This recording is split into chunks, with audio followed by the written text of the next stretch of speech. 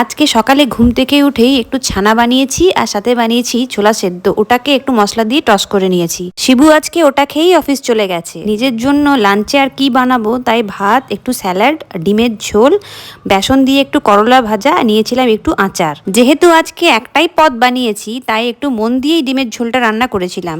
আর বিশ্বাস করো, ডিমের ঝোলটা কিন্তু দারুণ খেতে হয়েছিল। আমি ডিম সেদ্ধটাকেও ভাতের সাথে মাখিয়ে খাই, আর এইভাবে ভাত মাখিয়ে খেতে আমার খুবই ভালো লাগে। সন্ধেবেলা শিবু বাড়ি ফিরে এলো, তখন আমরা একটু রেডি সেডি হয়ে বেরিয়ে পড়লাম। আর এই কাটোয়া শহরে আমাদের ঘুরতে যাওয়ার জায়গা একটাই, সেটা হলো শিবু স্যারের বাড়ি। তবে ওনাদের বাড়ি যাওয়ার আগে গেলাম পেট্রোল পাম্প, ওখানে একটু তেলটা ভরিয়ে নিয়ে স্যারদের বাড়ি গেছিলাম আমরা চা খেতে, তবে ডিনার করেই ফিরে এলাম। এরম বহুবার হয়েছে যে ওনাদের বাড়িতে চা খেতে গেছি কিন্তু ডিনার করেই ফিরে এসেছি। আর মেনুতে ছিল mixed fried rice, chilli chicken আর নান।